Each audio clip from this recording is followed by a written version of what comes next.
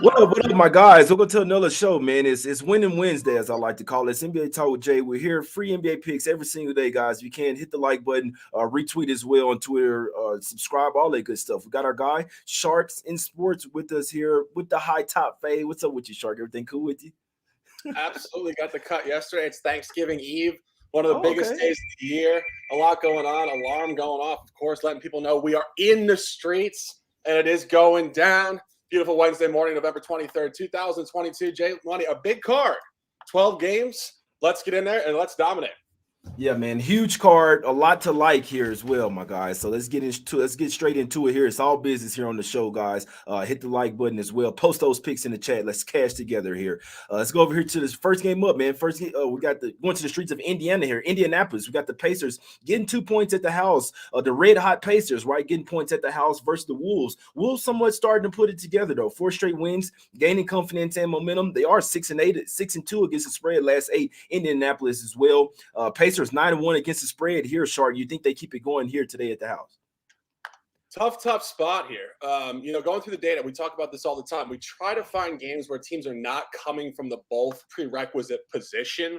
And the first thing that really stands out to me here is Minnesota, in a small sample, is 3-0 with stupid commercials per usual. I gotta get that fixed. And it's an SEC thing we got to figure out. But Minnesota is 3-0 ATS on the road against the East, or 2-0-1, depending on what line you got at Philadelphia. Of course, a late melt going back to last weekend, 112-109. But Indiana is also 2-1 against the West. So both teams are in a similar environment. Of course, you mentioned Indiana's 10-1 ATS in their last 11. They're scorching hot. One of the biggest, if not the biggest, surprises of the entire season. I don't know if this is going to stop anytime soon. We've seen the lackluster quality from Minnesota. We saw it in the previous game. I lost the wager against Miami. This team just doesn't show up with effort and intensity for 48 minutes of basketball. That game, they came out, they were 3 for 23 in the first half from the three-point line, just chucking up bricks. I felt like I was watching a YMCA game, just not giving a care in the world. They know they're talented. They know they can beat you. And you go back to last year, I think another point to why this game is going to be difficult, the line is going to be razor sharp here. Last year, Minnesota hosting Indiana was laying 4 points. They won the game by 2. It was right within 1 bucket of the spread. It came up to a strong 7.5 road. Minnesota did win the game by 9. It comes down now. Indiana line, double revenge game. Indiana scorching hot. I can't give you an official on this one.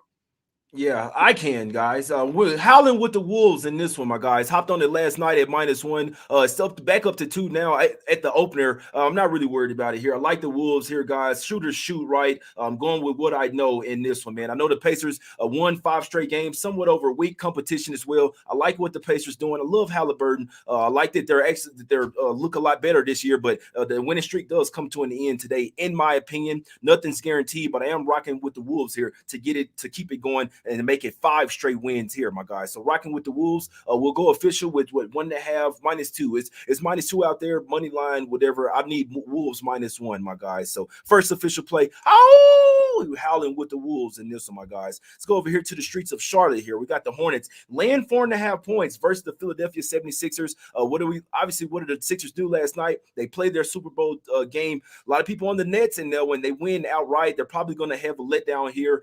Tobias Harris probably is going to be out as well. He left in that game. Liking the Hornets in this one. Got it at 4. It's up to 4.5 here, Shark. I think the Sixers run out of gas here in the second half. You like anything here? I do. I agree, and I align on a suddenly not so casual winning Wednesday. It is November 23rd, 2022. The buy hat is engaged. One of the first prints I bought a couple years ago when I was starting this beautiful hat collection, and we get to wear it for the first time this season, and with good reason. Charlotte has lost 11 of 12 ball games. There hasn't been a lot of buy hats engaging with this Charlotte team so far. A lot of moving parts. LaMelo Ball injured, back, injured again. Steve Clifford recycled, regurgitated coach, not the greatest situation. But I think when you start to look at Charlotte here, this team is percolating. They're coming. Their quality is improving. And as I mentioned, they've lost 11 out of 12. But if you go back through their last 6 ball games, they are 3-3 ATS. They are 4-2 ATS within the 48. They did get backdoored in overtime in one of those games. And speaking of overtime, they have lost 2 overtime games in their last 6 at Eastern Conference finalist Miami and at Jay's by team of the year, the Cleveland Cavaliers, a very representative in a backdoor 10-point loss. Egregious backdoor if you had Charlotte in that game, 132-122 last Friday, November 18th. And you really start to go through Philadelphia. Philadelphia is 0-3 ATS, the first game of a road sequence, coming off a home game. And that is psychological, as we know. You play at home, you go on the road, you don't have your win. And as Jay mentioned, last night, gigantic high. They had gotten hammered by the Nets in the previous matchup last year, and Ben Simmons' first game back. They clearly said, with the role players coming in there, we're not going to let this happen to us again. And they certainly did it. They're going on the road, back-to-back, but 4th in 6 nights. They played 8 of their last 9 at home. Not a lot of road games for this team. This is where Charlotte gets off the schneid, starts their upward movement, and I believe wins their first home game outright over 5 points since October 29th.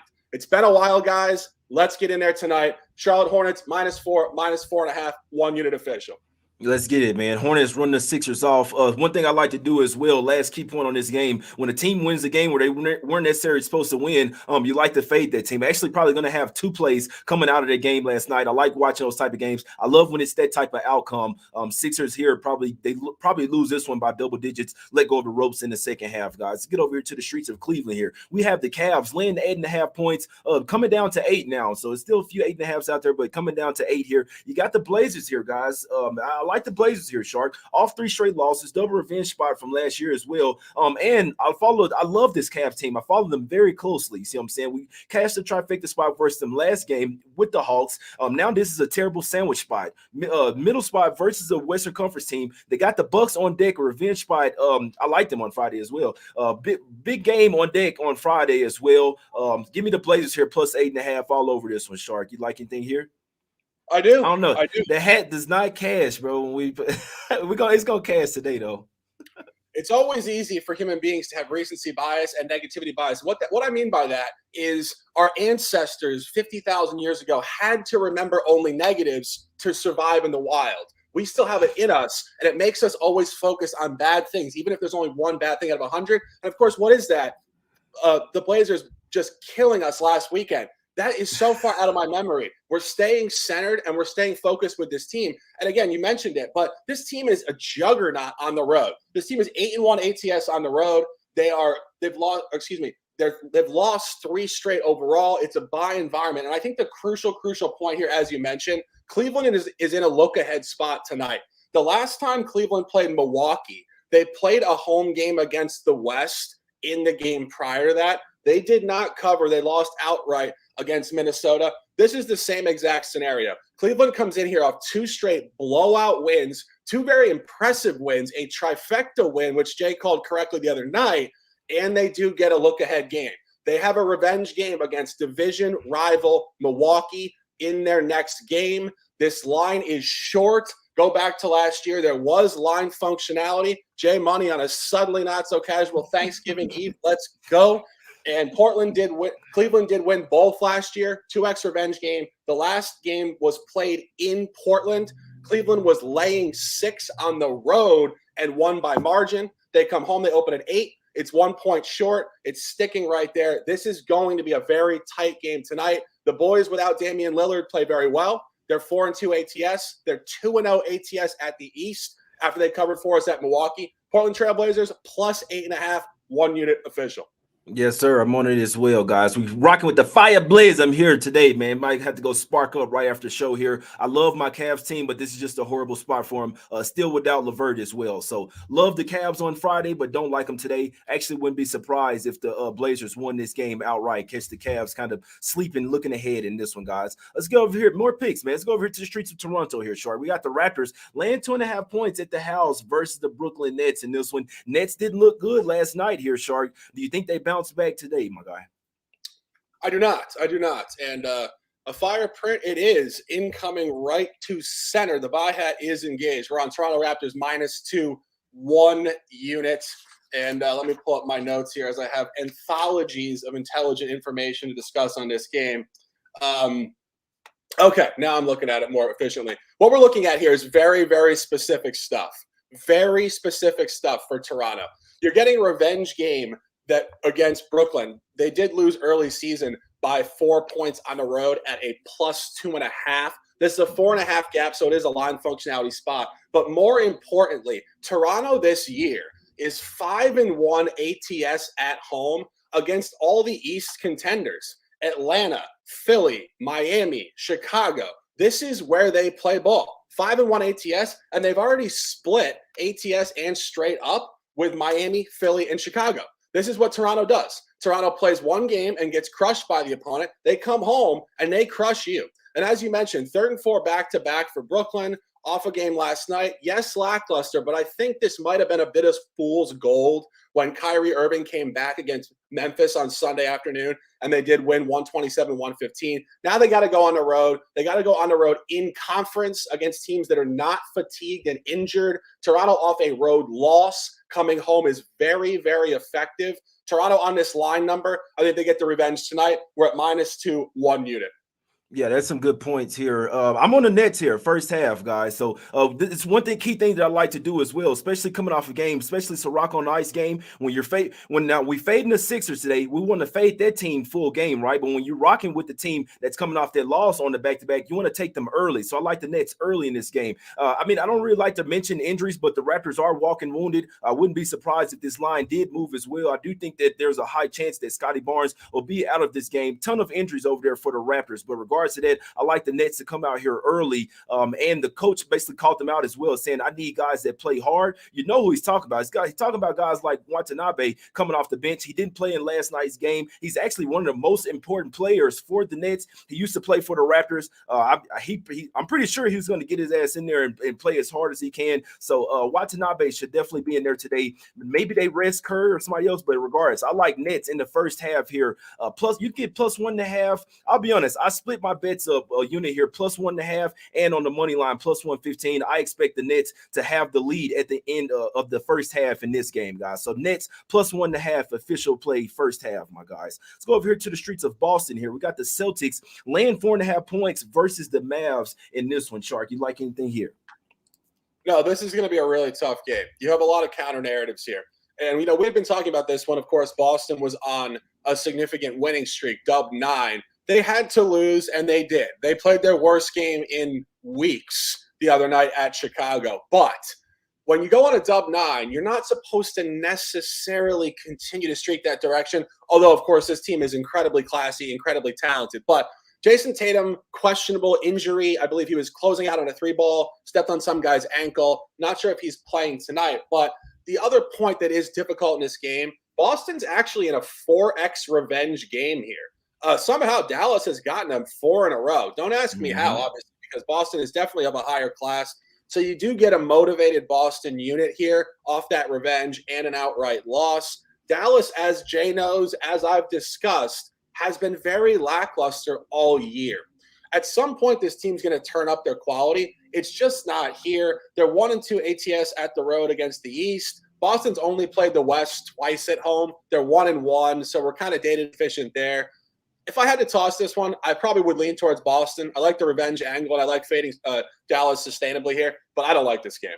Yeah, it's a tough game here. I'll tell you this right now, inside info. Tatum probably, it's not that he won't, but he may not play in this game. And one thing I can tell you, when a team rattles off 9 straight losses and they lose their first game, it's an exhale spot in the second game as well. So I wouldn't be surprised if the Celtics lost 2 in a row here. Mavs 4-0 straight up and 3-1 against the spread last 4 versus Celtics. Take it even further though, historically, they're 10-3 against the spread last 13 in Boston. So for whatever reason, this team likes to turn up, especially in Boston as well. They're off 2 days rest, have the rest advantage. And I just really feel like this could be an exhale spot for the Celtics. And when you see Tatum pop up on the injury report, that only confirms it even more here. He did tweak his ankle last game, so he's questionable. I would be surprised if Tatum sat this game out. Give him a little bit of extra rest with having the day off tomorrow as well. So, but Mavs, Spencer Dinwiddie, his shoulder did pop out of place. He's sitting there questionable as well. Wouldn't be surprised if he was ruled out as well. So Dinwiddie and Tatum possibly out for this game. I would still lean Mavs plus the 4.5 in this one, guys. Let's get over here to the streets of Miami, my guys. I just want to spend my Easter in Miami. But we got the Heat here, land 2.5 versus the Washington Wizards here, Shark. What do we do with this game, right? Heat off 4 straight losses here. Seem to be teetering on a win, though, in my opinion. Fuck it, I'll go first. I don't give a damn. Quick revenge spot. They lost 107-106 in OT November 18th. No Butler, no Hero, no Bam Adebayo. Still deserve to win their game. All 4 straight losses. They showed plenty of fight last game, up double digits at the half in Minnesota. They're desperate for a win, right? Obviously, they ran out of gas. They were supposed to on that road trip. Desperate for a win. Wizards, they're in a phase spot. First game on the road after 6 straight home games. I'll tell you what I'm doing. I'm taking Heat first half and full game here. Must win, Jay. I see Tyler Hero could possibly come back today as well. They got Bam back in there. I like the Heat to come out here with emphasis. I think they're going to blow the Wizards out tonight. This is a must win, Jay here spot. Sure. It should be a trifecta spot, to be honest with you, but first half, full game for me. The Heatles, Sharp. Yeah.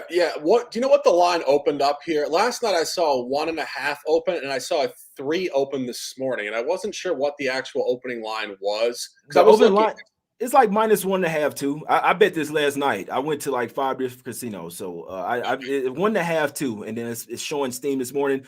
Beal is questionable; he could possibly be out in this one, but I think the more steam is probably that Hero is he's upgraded to questionable in this one. So let's see what happens.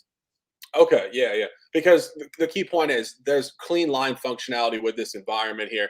And as you mentioned, I mean, the Heat just lackluster. I mean, just pick any word out of the dictionary that you want to describe a team that is far better, but is just not exuding any sort of quality right now. 7-11 straight up, L4, all road games, have played a lot of road games recently. And as you mentioned, a divisional revenge game. I had suggested this when they went to Minnesota. I thought Minnesota would hammer them. Of course, we said Minnesota came out with YMCA just chucking 3 nonsense. But Minnesota probably could have blown them out in that game. They just didn't bring the quality. But now they come home. It's where they function well. 2 divisional wins prior against Charlotte, 1-1 ATS there. Only their 3rd home game within the division this year. I do agree with you. I don't have an official on this one, but I do agree with you that Miami has a significant motivational point here. Exactly. Yeah, I'd be very surprised if the Heat didn't come out here and catch the trifecta spot. I see them coming out with emphasis in the first quarter, and I don't see them letting up. This team is desperate for a win. They will get it today here at the house with the quick revenge spot as well. That makes it even better here, my guys. Let's go over here to the streets of Atlanta here. We got the Hawks laying 5.5 points versus a red-hot Kings team, guys. The Kings took care of us last night. #1 offensive team in the NBA, 7-1 against the spread last 8, 7 straight wins. I'll be honest with you. I'm not really sure. Well, I know that line makers throw out a number for a reason, but I'm not sure why they're catching this amount of points. The Hawks are not in buy mode, if you ask me right now. So I know the Kings are at the rest disadvantage, but I'd still lean their way. And I think the top point would be here to take the Kings early before they possibly run out of gas. Hawks have been very lackluster starting games as well here, Shark. Kevin Huerter props, revenge spot. That's what you want to look at in here in this game.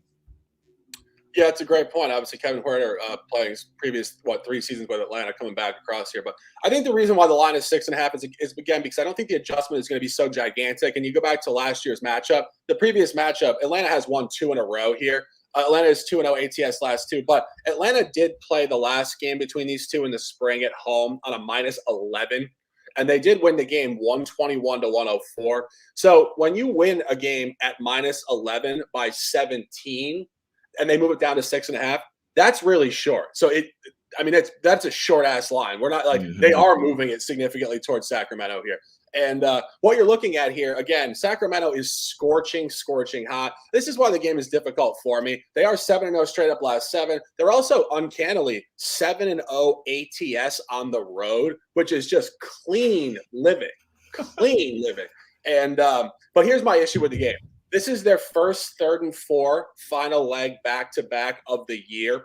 And it does come off a gigantic win, as you mentioned. Getting off the schneid, a 7x revenge game against Memphis in really a playoff caliber game last night. That is a gigantic high. It's a mental high, emotional, and a fatigue spot. Now they got to go out of conference to Atlanta. Atlanta comes in here very lackluster in their last 6 games. Last 5. 1-4 ATS last 5. If you actually go down Atlanta's calendar, they're flip-flopping wins and losses over their last 8 games. Just no sustainability with this group. It's not DeJounte Murray. It's not Trae Young. It's what we said last year. They just don't really care until January or February. Then they go on an absolute heater at home against the spread. It's hard to back Atlanta. Atlanta's off another lackluster dud last weekend against Toronto, 124-122 non-cover. Just a lot going on here. Numbers on sack. You want to take sack. I'm personally just a little worried. This 7-0 ATS sample is very clean, and it's a dead zone fatigue travel spot here tonight.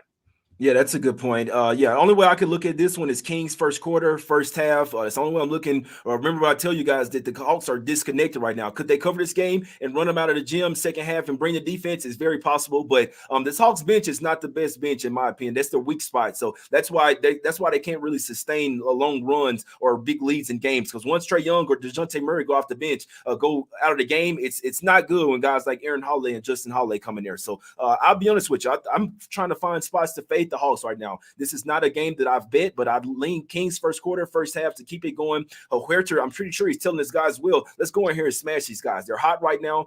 They're actually playing some unstoppable basketball right now.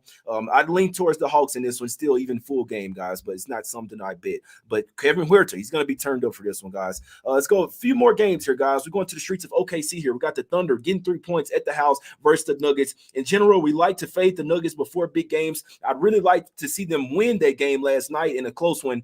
Definitely be a dead spot here, but double revenge spot for the Thunder here, Shark. Nuggets have the Clippers on deck. We usually like to fade them in spots like here. You like anything here? I do. Buy hat engaged. And, you're going through what becomes very, very good data evaluation stuff here. We're getting a 2x revenge game, and we're getting very clean line functionality. And this is where it really starts to become a clean model. Go back to the second game of the season. We did have Oklahoma City to cover a +9 at Denver, and they did 122-117. Then they came home on Thursday, November 3rd. The line actually did hold some strength towards Denver. 9 at home was 7 on the road. Should have been a 3-gap 6. It was telling you a Denver story. We discussed it that day, and I suggested I didn't have a read on the matchup, but I did think the number was on Denver, and Denver did get them 122-110. So now you get this great line where you had a 7-road win by 12, comes down to 2 at open. You get a double revenge game, and you get Denver in really a brutal travel spot, a 3rd and 4 home road back-to-back. Just really a dead zone spot. They got the Clippers in the next game, and I was talking about this yesterday. Obviously, we didn't do a collaboration show here, but the schedule makers did Denver no favors in the first 19 games of the season. 13 of their first 19 games on the road, a lot of travel, no real homestand. They haven't played more than 2 consecutive home games all year. They're just all over the country. They're in planes more than they should be. And I think this is kind of the culmination of it, because after tonight's game against Oklahoma City and then at LA, the Clippers on Friday night, they do come home for 2 against Houston and really start to catch a ton of home games in the next month. I think Oklahoma City gets off the schneid tonight. I think Oklahoma City could win this game outright. It's at 3.5 now. We're going official, +3.5, 1 unit. Yeah, I like it. Could not talk you off here. Usually like to fade the Nuggets before big games. Jokic probably getting ready for Thanksgiving over there, my guys. Well, actually, we'll be surprised if Murray and Jokic set this game out as well. So keep a close eye on this one, guys. 3 more games here real quick. We're going to try to get out of here in about 7-8 minutes, man. We got the Bucks. We're going to the streets of Milwaukee here. We got the Bucks. Land 6.5 points versus the Bulls here, guys. This one's come down from 7.5 to 6.5. Shark, you like anything here? Yeah, I would lean Chicago here. if I had to. I'm not on the game officially, but I do think if guys want to take action in this game, I would advise you to take Chicago. There's a lot of uncanny stuff going on here. Of course, I know Jay loves this angle, but this is playoff revenge. Milwaukee did knock them out of the playoffs back in April. But I think even more importantly, there's some crazy dynamics going on here within the actual regular season basketball. Milwaukee has won 16 of the last 17 games against Chicago. This is generational domination. And you are getting a revenge game from last year in the regular season to top off the playoff revenge, and you're getting a good line number. Milwaukee did lay 7 points in Chicago in the final regular season matchup of last year. They did win by margin. They come home. It should come up to 10. It's short at 7.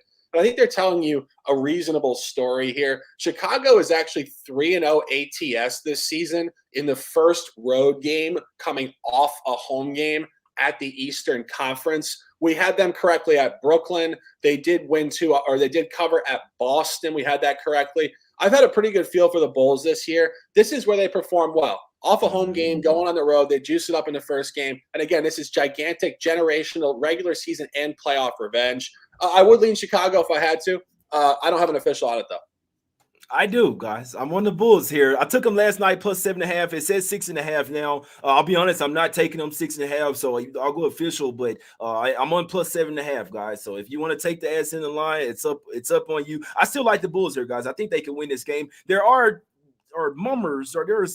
possible rumors that Middleton could come back here. So I couldn't talk you off waiting on this line as well. He did get called up from the G League squad. He's been practicing with them. It's basically just a left wrist injury. I wouldn't be surprised if Middleton came back here. I'll be perfectly honest. I'd love that. I'd love to start player theory coming back here. But regardless of that, I like the Bulls here. I hopped on them plus 7.5, plus 7. Obviously, you got the playoff revenge. But regardless of that, you guys know I like that. But they're off a confidence boosting win, right? After losing 6 of their last 7 games before that, you just beat one of the best teams in the NBA in the Boston Celtics and basically shut them down. You see what I'm saying? So 121-107, that's a confidence boosting win right there. Now you feel like you can hang with the best of them. This is a big game for the Bulls. Like you said, Shark, they've been getting owned by these guys.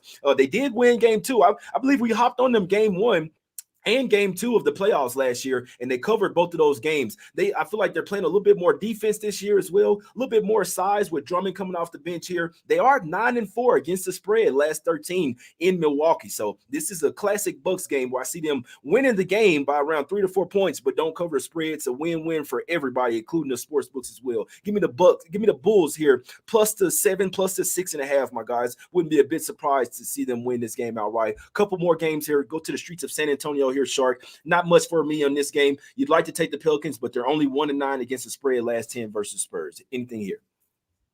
No, and you mentioned it. This game is incredibly unpredictable within this matchup. I was going through it last year, and it just brought me back to a couple losses that I took last year trying to buy New Orleans, and it just didn't come to fruition. I mean, we're talking about when the books are missing these lines so egregiously, it just means that these teams don't play to any sort of consistent average versus each other. The home favorite in this matchup is 0-3 last 3. Really, really egregious stuff, too. New Orleans Pelicans were a 6.5 home favorite, and they lost outright by 10. Books missed the line by 16.5 points. Then the Spurs came home and were favored by 2 and lost by what looks like 33 points. So books missed that one by 35 points.